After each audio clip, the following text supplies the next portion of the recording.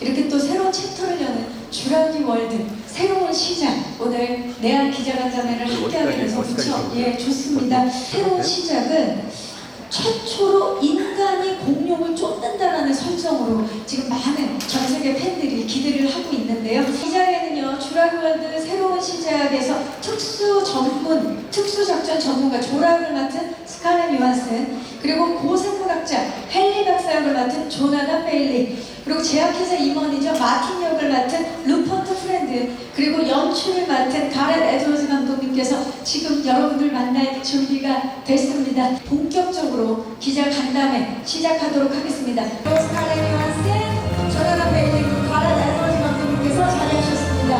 반갑습니다. 자리해 주시죠. We know that for you, Scarlett, and for you, Gareth, this is not your first time to Korea, so we'd love to have you back. And of course, Rupert, Jonathan, this is your first time in Korea, so... Second time. Is it? Second time? Oh, all right. Could each of you let us know how it feels to be here for the first time and for the second time as well? Can we start with you, Rupert? Yeah, I came, my wife, Amy Mullins, was giving a speech here in Seoul, and we had a fantastic time. We met veterans, we met politicians, we met fans, all kinds of people, and this morning I asked if they could bring me some gochujang, and it was a beautiful thing to revisit that flavor memory in my mouth. I feel like you know better spaces or even better food probably more than us in Korea. Oh my gosh, I'm so excited to be here. I'm so excited to be back here. I wish I had more time to be here. This morning I just ended up going to buy a bunch of makeup and skincare. That was my day. I was like, I have to go and do that first. And I think I had about 7 kinds of kimchi at the breakfast this morning. But yeah, we're so excited to meet the fans tonight. Mostly because they're just always so loving, so welcoming and warm. So yeah, I can't wait for Korean Chinese Square tonight. Very excited. I cannot wait to meet you guys, so we're really excited for tonight as well. 조나단 베일리. Hello. 소감 좀 부탁드릴까요? Tell us how it feels to be here. I am so excited. I know and I hear that Korean fans are the best in the world, and I know that there's such a huge love of cinema here, so to celebrate a film I'm so proud to be a part of, that I know so many Korean fans love Jurassic as much as we do. I've already had 2 bibimbap's, so I have to leave tomorrow morning, but I'm making the most of every minute I have here. I'm very excited. It's so sad that you have to leave so soon, so enjoy as much as you can. I will. 감독님. And Gareth, how does it feel?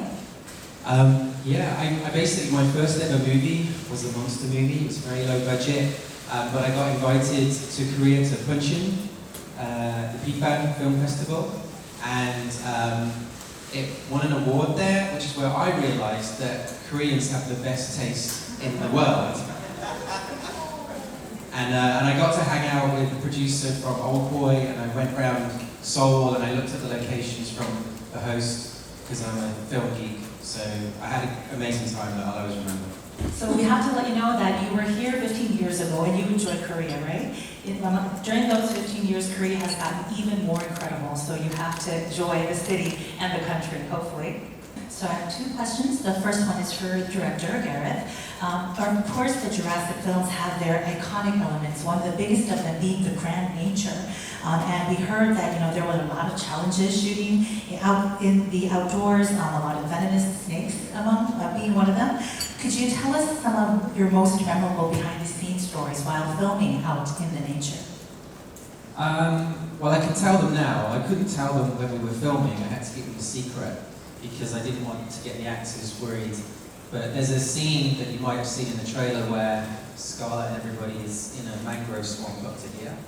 And we did a little scout of that location, and I heard some shouting, and we went over to where they were shouting, and basically the snake wrangler had caught a massive poisonous snake with yellow and black stripes and was having to carry it out of the water. And I made the whole crew promise never to tell the actors, because they would never shoot the movie.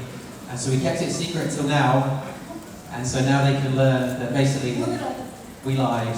Now you know. The second part of the question was for you, Scarlett. We know that you are a massive Jurassic fan. How did it feel to be acting against these wonderful creatures that are dinosaurs? Wasn't it scary? And for me, I really enjoyed the film. It almost felt like the dinosaurs were the main characters. But of course, you being amidst all of it, fighting and facing these creatures, how did everything feel? Well, I have to say, one of the hardest parts, I think, of making the movie is that, of course, we're not really fighting against the dinosaurs, we're fighting against a tennis ball on a stick. And so, trying to keep up the stamina of, terror and, determination, and just the stakes being so high of all of those big sequences. And then, of course, you have they'll say action, you give this very determined look or very terrified look, and then cut, and then wait, there's a problem with the camera, and we have to now have 6 minutes where we're doing this, technical issue, and then, okay, now we're going to be determined again and terrified again, and so, it's a lot of ups and downs, and just keeping that stamina on, I think, is one of the most challenging things. Or the awe, or the wonder, or any of those, because again, you're just acting against the tennis ball instead. But I have to say that, we have such an amazing cast, and we all kept each other in the zone, so to speak, which is really important to have the trust in your fellow castmates that you're not going to be embarrassed by these crazy reactions, and that we're all kind of going for the same thing. You sort of look to the other actors to kind of take the temperature. Are we all doing the same thing? You know what I mean?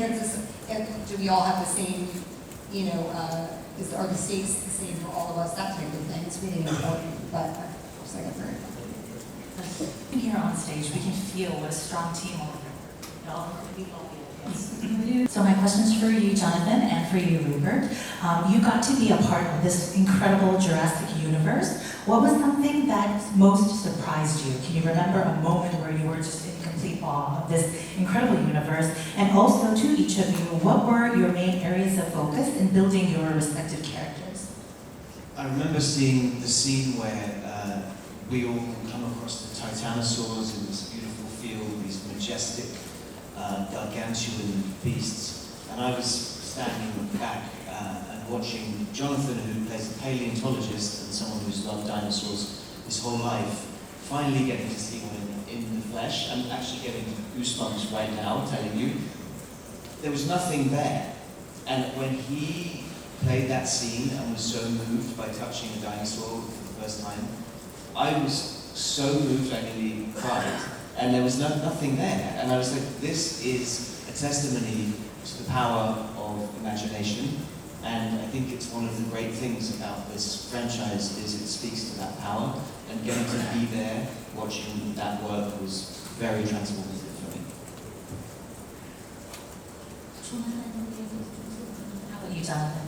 Well, I think the first Jurassic Park film I saw when I was 5 years old, I think for so many of us fans, it sparked an imagination, and I speak to what Rupert said. But what I was surprised by was, even though these are huge, massive films, in that one moment, Gareth, our director, it wasn't in the script, but he operated the camera. It was just me and him. We played some music, and it's amazing that in such a big film, beautifully led by Scarlett, with love and kindness and expertise, it more often than not felt very small. We had a very small family. We could shoot things that weren't on the page, so it meant that there were lots of instincts and intimate moments, and that was my big takeaway. But I think that might be down to Scarlett and down to Gareth, some amazing leaders, and Frank Marshall, the producer. Could we also ask the cast what was top of mind when you were building your respective characters in this film? I think the most important thing to me when I was talking to David Kep about the character was that she felt like a woman who was 40 years old and had a whole career up until that point. She's in special ops, had a career in the military, and really feels like someone who is sort of at a bit of a crossroads. She's burnt out and she's looking for some to do something for herself for the first time, maybe in decades. And I think once we understand where she's at and the loss that she's experienced and the place she finds herself, then the stakes are high.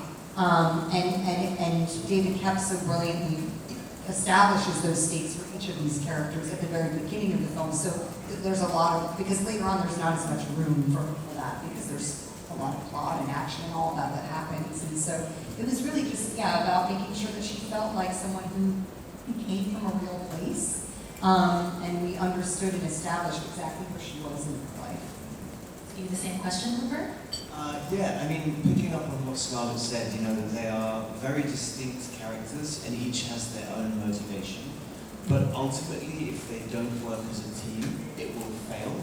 So although they fracture as a team and my character kind of goes off on his own for reasons that you'll see when you watch the film, in making the film and also in the story of the film, there was a very strong sense of camaraderie, of teamwork, of family, even though they were all separated by disparate motives. And that was a very powerful driving force throughout the shooting process, I think. Can you hear from you, Jonathan? Yes, of course. I think when I was going to play a paleontologist, the Doctor in Jurassic franchise, I knew the beauty of playing a character that is so passionate and about dinosaurs, but about the natural world. And I suppose when approaching Loomis, you wanted to capture the curiosity, the wonder. And I was thinking about what it is to be a nerd. That we call people nerds, but I think nerds are cool because it's something that you spend your whole life learning about, and knowing that one moment of him going into the wild and be able to see a dinosaur, that's the equivalent of what we're all searching for in our own lives, I think. But it was easy for me because me being in a Jurassic film is the equivalent of Dr. Henry Loomis touching a dinosaur. This is a question for you, Gareth.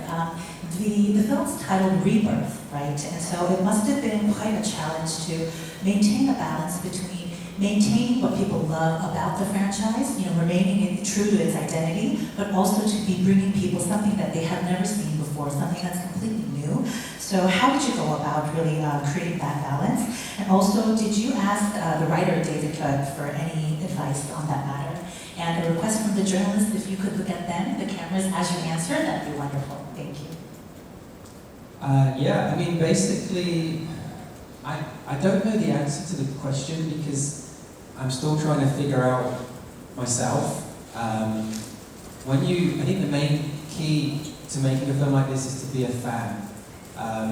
If someone was to say, please write down what makes a Jurassic film successful, I wouldn't be able to put it into words. I feel like the best thing about cinema is it goes beyond language and you feel it. Everybody knows what it is and isn't, but you cannot communicate it with words often. And so you have to be a fan. And basically the journey of making a movie is you're making what feels like hundreds of decisions a day. And so every time you make a decision, if you go left, you're just copying the original Jurassic Park. If you go right, then it's not Jurassic. And so it's a very fine line, and you're just navigating, macheting through the jungle, the characters, just trying to find the perfect path by the end. And at the end, the dinosaurs released into the world, and then we find out from the fans, how they feel. But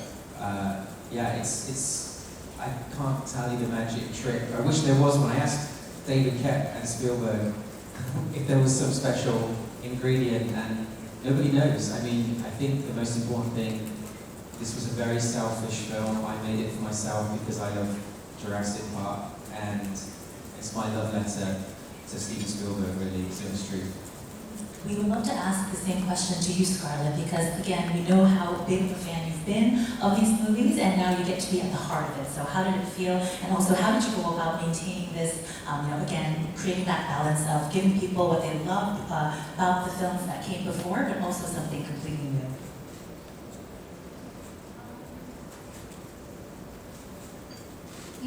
I really was incredibly lucky to be able to read the scripts that David Koepp wrote and understand. I mean, no matter what, I would have been just honored to be able to have a peek inside what the Jurassic World was going to be, whether or not I participated in it or not. I was so excited and honored to be able to read the script and know that there was, you know, ongoing conversation with our producer Frank Marshall and with Stephen. What I wasn't expecting necessarily was that once I had read it, I had these thoughts about the character of Zora and again wanting her to feel, you know, like somebody who came from somewhere and was a sum of all of her parts, for better or worse. And I didn't expect that David, Cap, and Stephen and Frank would be completely open actually to having character discussions with me, and they were really excited and curious about my thoughts on the character of Zora. And within, you know, we had a wonderful conversation that I, you know, felt like a productive conversation, but you don't know ever what's going to come out of it. And then a few weeks later, or even a couple of weeks later, David Kep delivered a new version of the script, or a new draft of the script, and he had incorporated all of the conversation that we had spoken about, and he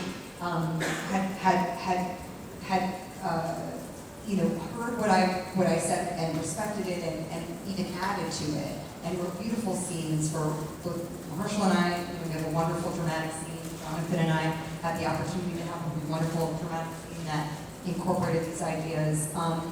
And so, you know, it really was on all levels a dream come true. I never would have imagined that I could have as much of an impact on something, or never would have expected it to have as much of an impact on Jurassic. And I'm still processing it, because it really is, like I said, it's a childhood dream come true for me. This one's for you, Scarlett. We see Zora do some amazing action sequences. It's incredible. You had to climb down the mountainous wall. Were these heavy action scenes already written into the character when the script first came out, or were there some ideas that came in after you were cast and we all know how great you are at action? Some of those elements were added. We'd also love to hear about if there are particular details that you had input as ideas for your own character that ended up being part of Zora, and also as a huge Jurassic fan and as Zora, what's your favorite dinosaur?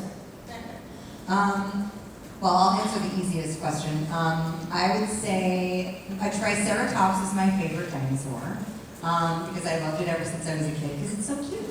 And I was always amazed by the giant head. When you go to the Museum of Natural History in New York, and they have this crazy skull, and you see the whole frontal part of the skull, I just was always amazed by that, and they're so cute. I would say the stunt work, you know, it's funny, I'm so used to doing fight choreography and mostly all the action films that I've done. And in this film, I really spent a lot of time running away and towards the dinosaurs. So it was kind of a relief to not have as much fight choreography. Although Jonathan and I both had to learn how to do the abseiling that you were mentioning, which felt a little counterintuitive at first, just the mechanism of it. But actually it was a lot of fun. Until we were shooting the scene and we were wearing a harness inside of our clothes, because we're actually harnessed to a rig, a wire rig, like a stunt rig. And then on the outside of our clothes, we had another harness that was like, supposed to look like our abseiling harness. It was the actual equipment. So wearing two harnesses and hanging, 60 feet in the air or whatever for a whole week was, I'd say, I've been more comfortable in my life. And as far as Zora's character, it was actually important to me that there was not any sort of that her character story didn't revolve around, her desirability or the male gaze or any sort of romantic, relationship. I was like, if that's not what this movie is really for, and I think that fans would sort of be disappointed. It just didn't feel like it was the time for that, and I feel proud of the fact that her story doesn't revolve around those things. Not to say that she doesn't have a particular shine for Jonathan's character, which I think you can feel the chemistry between them, but it feels like a respectful relationship and maybe the opportunity for the beginning of something. Because, you know, you don't have to do much to be charming, you know, you being Scarlett. So we, of course, have to ask for your favorite dinosaurs as well. Jonathan, Rupert, tell us one. I'm going for the Aqualops, which is Dolores in the film, the very cute little kind of tame, almost tame pet dinosaur. I think it has to be the Dilophosaurus for me, the one that goes. To me, that's the image of Jurassic. I remember it very well when I was 5 years old. You each have different favorite dinosaurs, which is very interesting. 감독님 궁금한데요? Gareth, can you tell us your favorite dinosaur? I have to be very careful how I answer this question because to get each dinosaur in the movie, we promised them that they were the star of the film. And as now the movie's coming out, the T-Rex has seen the poster with the Mosasaurus in it and the Spinosaurus, and they're getting very jealous of each other, and it's becoming a real problem for Universal Studios to negotiate the contracts for the film. So it's whatever dinosaur I'm in front of. So right now I'm going to say the T-Rex. I mean, actually Scarlett's pretty big up there as well. Maybe Scarlett's my favorite dinosaur. I have two questions. The first one goes to you, Gareth. You also brought Godzilla to life, and Jurassic World is also a part monster film. It has horror, it has survival genre in it as well. What are some important things as a director in bringing something in this kind of genre to life? And then the second part is for the entire cast.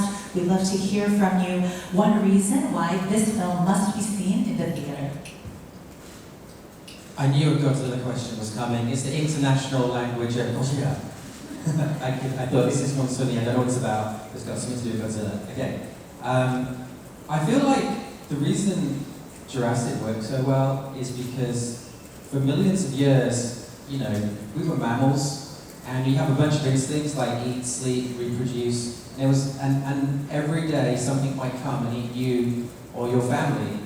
And then in the modern world, we push nature out, and we have buildings and cities, and so that instinct seems to have disappeared. But the second you go to the cinema and watch this film, it comes straight back. And I think it's a very primal thing in human nature to be afraid of the big animal that might come and kill someone, ourselves or someone we love. And so I think these films work on that level, and it's never going to go away. I think you're always going to have monster movies for as long as there are people in the world. And we'd love to hear from you. Let's start with you, Jonathan, if that's okay. Tell us why we should go to the theater and experience this film.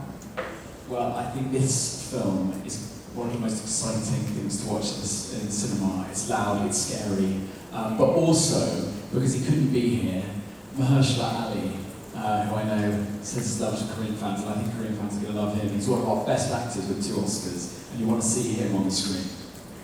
I think I have such a vivid memory of watching this film with my family in the theater when I was 10 years old watching Jurassic Park. And I remember the collective terror, the collective awe, the collective, you know, laughs and gasps. And it was just such a great time. And I think, you know, seeing this film, because it's so not only visually stunning, but it's audibly so stunning. And, you know, you don't get that experience in your home theater. I think just being able to have that collective experience with an audience is really singular. And so I can't imagine that, you know, it would be something you would get more out of just watching at home. 이건 팝콘 날아가나요? Popcorn. I see the pop. Due to the shock value, yes? Yeah, and they have a new trend in the US where we throw popcorn at the screen, which is also insane. Probably, hopefully it didn't make it all the way over here, but yeah, no, definitely the popcorn's right in the end. You know, Gareth Edwards, our director, is one of the great masters of cinematic scale. You know, he knows how to take you into a world and then open your eyes to the sheer enormity of it, whether that's the dinosaurs or the waterfalls or, you know, a jungle that ranges far and wide. And he shot the film on 35mm. He shot it as a film to be seen in the cinema, and it really pays off going and seeing it the way that the director intended. Question is for you, Director Gareth. You said that this is a love letter to Steven Spielberg, and it seems to really carry on what he wanted to achieve with the film, but also explores the theme of human arrogance when it comes to overlooking what nature really is. And we know that Steven Spielberg is also the EP, so tell us what were some of the conversations that you had with him regarding this film, and also we'd love to learn more about what kind of message did you wish to convey, because we feel that the film comes from a nature, environment, and ecological perspective as well. Yeah, I mean, Steven Spielberg is my hero. He's, in my mind, he's like Santa Claus and shouldn't exist in the real world, so it's very strange when you're in a room or in a conversation and Steven Spielberg is there. You never get used to that. I remember on set, we were filming at night, and Frank Marshall, who's the producer, who's an older man now, handed me his phone. And when an older person hands you a phone, you think they want some help with the settings. And so I started trying to help him, like, what is it, Wi-Fi? And then I saw on the phone that his screensaver was Steven Spielberg, and I thought, oh, that's a bit weird. And then suddenly the screensaver moved and went, oh, Gareth. And I realised it was Steven Spielberg and it was a FaceTime call. And I was like, oh, whoa.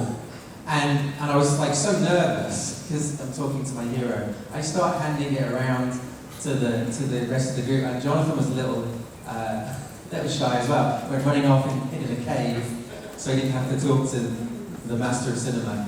And Jonathan, I think, has a line in the movie that sums up probably the theme the best, I thought. Do you remember, Jonathan? 99.9% of all species, you got it. So 99.9% of all species that have existed on Earth are now extinct. And it was really shocking when I read that. And so basically the question at the heart of the movie is not, is the Earth going to be okay? It's, are we going to be okay? Like, is the human race going to make it? And I think these films, that they're a lot of fun, ultimately there's always a little something important in there that's just hidden. I think that's what makes storytelling great, and for me it's about nature and man's relationship to nature, being careful with the planet. I think it's a good lesson for everybody. Unfortunately, due to time constraints, we're going to have to say goodbye. We would love to hear your final comments for the Korean press. And to start with you, Rupert. We're so excited to be here. We cannot wait to meet all the Korean fans tonight. As my colleagues said, we hear you're the most enthusiastic, excited, and possibly loud fans on the planet. So we're looking forward to hearing you all later. You know, I'm, as you said, a massive Jurassic fan, so I think the most exciting thing is just to meet other huge Jurassic fans. I'm so excited for all of the Jurassic fans here in Korea to see the film that I am incredibly proud of and also an enormous fan of.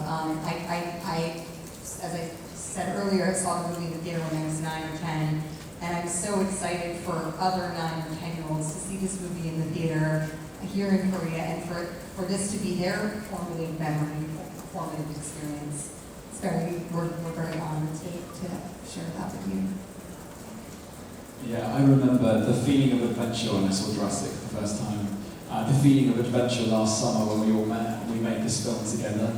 And now we've had this big adventure going around the world, introducing the film, and I'm so happy and emotional that it ends in Korea. And we get to invite you to now go on an adventure, and we hand it over to you, and I cannot wait to see everyone tonight. Before I started making this film, it was my girlfriend's birthday. I didn't know what to get her for a birthday present, and she's a massive K-pop fan. So I bought her tickets to see Blackpink, and I'd never been before to anything like that. And I went, it was in Los Angeles, and the fandom, it just blew my mind. I'd never had that experience of love, you know, by thousands of people before, and it made me realize, like, however where we go in the world, Korea is going to have the best reaction. And I hear we're about to do a premiere in this massive hall with 5 stories high of fans. So we've been saving the best to last. Like, this is going to top everything, I think. Also, when we filmed in Thailand, the next hotel, they were filming an American TV series with Lisa. And so I was always at night shouting out for Lisa to see if she could hear me. So we're going to have you now, we're going to say goodbye to you, and of course both of us will see you tonight at the red carpet. So thank you so much. all of you. 감사합니다. 네, 여러분 일어나셔서 이제 인사드리고 퇴장하겠습니다.